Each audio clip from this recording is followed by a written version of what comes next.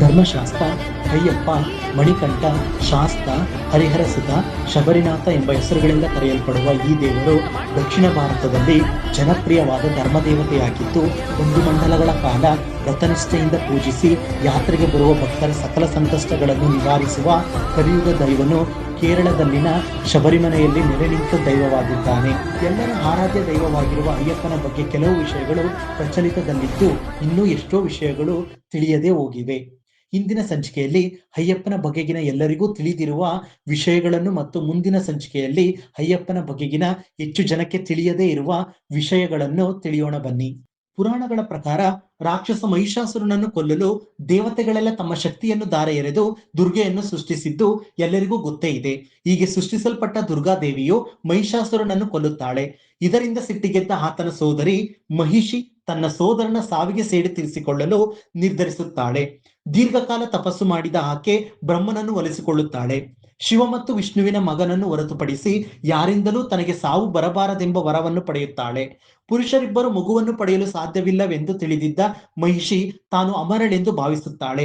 ಇದರಿಂದ ಆಕೆ 3 ಲೋಕದಲ್ಲಿರುವ ಎಲ್ಲಾ ಮಾನವರು ದೇವತೆಗಳಿಗೆ ತೊಂದರೆಯನ್ನುಂಟು ಮಾಡುತ್ತಾಳೆ. ಮಹಿಷಿಯು ದೇವಲೋಕಕ್ಕೆ ಬಂದು ಹಾನಿಯುಂಟು ಮಾಡಿದಾಗ ಎಲ್ಲಾ ದೇವತೆಗಳು ವಿಷ್ಣು ಮತ್ತು ಶಿವನಿಂದ ನೆರವು ಪಡೆಯಲು ತೆರಳುತ್ತಾರೆ.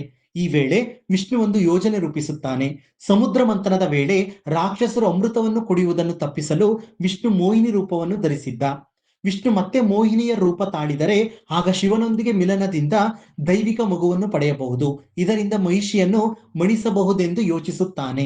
ನಂತರ ಅವಳ ಸಂಹಾರಕ್ಕಾಗಿಯೇ ವಿಷ್ಣುವು ಮೋಹಿನಿ ರೂಪವನ್ನು ತಾಳಿ ಶಿವನೊಂದಿಗೆ ಐಕ್ಯವಾಗಿ ಮಗುವನ್ನು ಹುಟ್ಟಿಸುತ್ತಾರೆ. ಈ ಮಗುವನ್ನು ಹರಿಹರ ಪುತ್ರ ಎಂದೇ ಎಲ್ಲರೂ ಕರೆಯುತ್ತಾರೆ.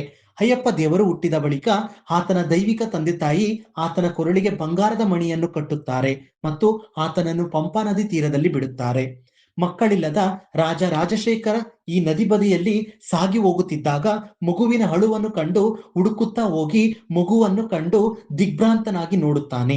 ಅಲ್ಲಿಗೆ ಬಂದ ಋಷಿಮುನಿಯೊಬ್ಬರು ಈ ಮಗುವನ್ನು ಅರಮನೆಗೆ ತೆಗೆದುಕೊಂಡು ಹೋಗಿ ಸಾಕು, ಈತನಿಗೆ 12 ವರ್ಷ ತುಂಬಿದ ನಂತರ ಇಡೀ ಜಗತ್ತಿಗೆ ಇವನ ಮಹಿಮೆ ತಿಳಿಯುತ್ತದೆ ಎಂದು ಹೇಳಿ ಆಶೀರ್ವದಿಸುತ್ತಾರೆ. ಅದರಂತೆ ರಾಜನು ಮಗನನ್ನು ಅರಮನೆಗೆ ಕರೆದುಕೊಂಡು ಹೋಗುತ್ತಾನೆ. ಅಲ್ಲಿ ಮಣಿಕಂಠನನ್ನು ಆತ ತನ್ನ ಮಗನಂತೆ ಸಾಕುತ್ತಾನೆ. ಮಣಿಕಂಠನ ಆಗಮನದ ಕೆಲವು ಸಮಯದ ಬಳಿಕ ರಾಣಿ ಗರ್ಭಿಣಿಯಾಗಿ ಗಂಡು ಮಗುವಿಗೆ ಜನ್ಮ ನೀಡುತ್ತಾಳೆ. ಆದರೆ ರಾಜ ಮಾತ್ರ ಮಣಿಕಂಠನೇ ತನ್ನ ಉತ್ತರಾಧಿಕಾರಿಯಾಗಬೇಕೆಂದು ಬಯಸುತ್ತಾನೆ. ರಾಣಿ ಮಾತ್ರ ತನ್ನ ಮಗನೇ ರಾಜನಾಗಬೇಕೆಂದು ಬಯಸುತ್ತಾಳೆ. ಇದರಿಂದ ಆಕೆ ಅನಾರೋಗ್ಯದ ನೆಪ ಒಡ್ಡಿ ಮಣಿಕಂಠನನ್ನು ಕೊಲ್ಲಲು ಪ್ರಯತ್ನಿಸುತ್ತಾಳೆ. ರಾಣಿಯ ಆಜ್ಞೆಯಂತೆ ವೈದ್ಯರು ಕೂಡ ಹುಲಿ ಹಾಲಿನಿಂದ ಮಾತ್ರ ರಾಣಿ ಗುಣಮುಖರಾಗಲು ಸಾಧ್ಯ ಎಂದು ಹೇಳುತ್ತಾರೆ. ಇದರಿಂದ ಮಣಿಕಂಠನು ರಾಣಿಗಾಗಿ ಹುಲಿ ಹಾಲನ್ನು ತರಲು ಕಾಡಿಗೆ ತೆರಳುತ್ತಾನೆ.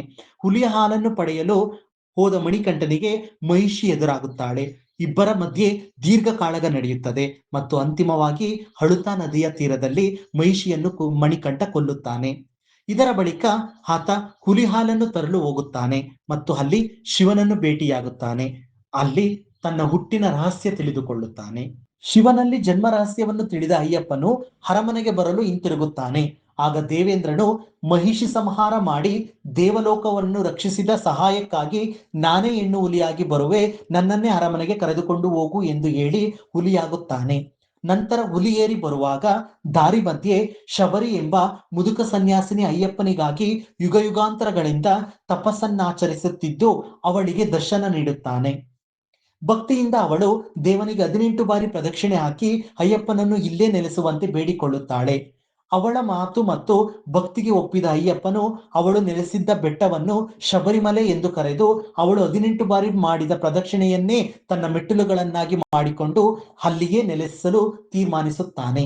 ಇತ್ತ ಅರಮನೆಯಲ್ಲಿ ಮಣಿಕಂಠನ ಆಗಮನಕ್ಕಾಗಿ ಎಲ್ಲರೂ ಕಾಯುತ್ತಿರುವಾಗ ಕಲಿಯುಗ ವರದನು ಹುಲಿ ಏರಿ ವಿರಾಜಮಾನವಾಗಿ ಅರಮನೆ ಪ್ರವೇಶಿಸುತ್ತಾನೆ. ಇದರಿಂದ ಭಯಭೀತರಾದ ಜನರು ಓಡುತ್ತಾರೆ. ಈ ದೃಶ್ಯವನ್ನು ನೋಡಿದ ರಾಜರಾಣಿಯು ಪಟ್ಟಾಭಿಷೇಕ ಮಾಡುವುದಾಗಿ ಬಿನ್ನಹ ಮಾಡುತ್ತಾರೆ. ಆದರೆ ರಾಜನಾಗುವ ವ್ಯಾಮೋಹವು ನನಗಿಲ್ಲವೆಂದು ನನ್ನ ತಮ್ಮನಿಗೆ ಪಟ್ಟ ಕಟ್ಟಲು ಹೇಳಿ ತಂದೆಯೊಂದಿಗೆ ಕಾಡಿಗೆ ಹೋಗುತ್ತಾನೆ. ಕಾಡಿನಲ್ಲಿ ತನಗೆ ಬೇಕಾದ ಜಾಗಕ್ಕೆ ಬಾಣವನ್ನು ಬಿಟ್ಟು ಅಲ್ಲಿ ಮಂದಿರವನ್ನು ನಿರ್ಮಿಸಲು ಹೇಳುತ್ತಾನೆ. ಆದರೆ ರಾಜನು ಮಣಿಕಂಠನನ್ನು ರಾಜನಾಗಿ ನೋಡುವ ಆಸೆಯನ್ನು ತೋರ್ಪಡಿಸುತ್ತಾನೆ. ಆಗ ಅಯ್ಯಪ್ಪನು ರಾಜನಿಗೆ ವರ್ಷಕ್ಕೊಮ್ಮೆ ನಿಮಗೆ ಇಷ್ಟವಾದ ಆಭರಣಗಳಿಂದ ನನಗೆ ಅಲಂಕರಿಸಿ ಅದೇ ನನಗೆ ಪಟ್ಟಾಭಿಷೇಕವೆಂದು ತಿಳಿದು ಸಂತೋಷ ಪಡಿ ಎಂದು ಹೇಳಿ ಅದೃಶ್ಯನಾಗುತ್ತಾನೆ. ಇದಾಗಿತ್ತು ವೀಕ್ಷಕರೇ ಅಯ್ಯಪ್ಪನ ಕುರಿತಾದ ಎಲ್ಲರಿಗೂ ತಿಳಿದಿರುವ ಮಾಹಿತಿ. ಮುಂದಿನ ಸಂಚಿಕೆಯಲ್ಲಿ ಅಯ್ಯಪ್ಪನ ಕುರಿತಾದ ಹೆಚ್ಚು ಜನಕ್ಕೆ ತಿಳಿಯದೇ ಉಳಿದಿರುವ ಮಾಹಿತಿಯೊಂದಿಗೆ ನಿಮ್ಮ ಮುಂದೆ ಬರುತ್ತೇನೆ. ಓಂ ಸ್ವಾಮಿಯೇ ಶರಣಮಯ್ಯಪ್ಪ.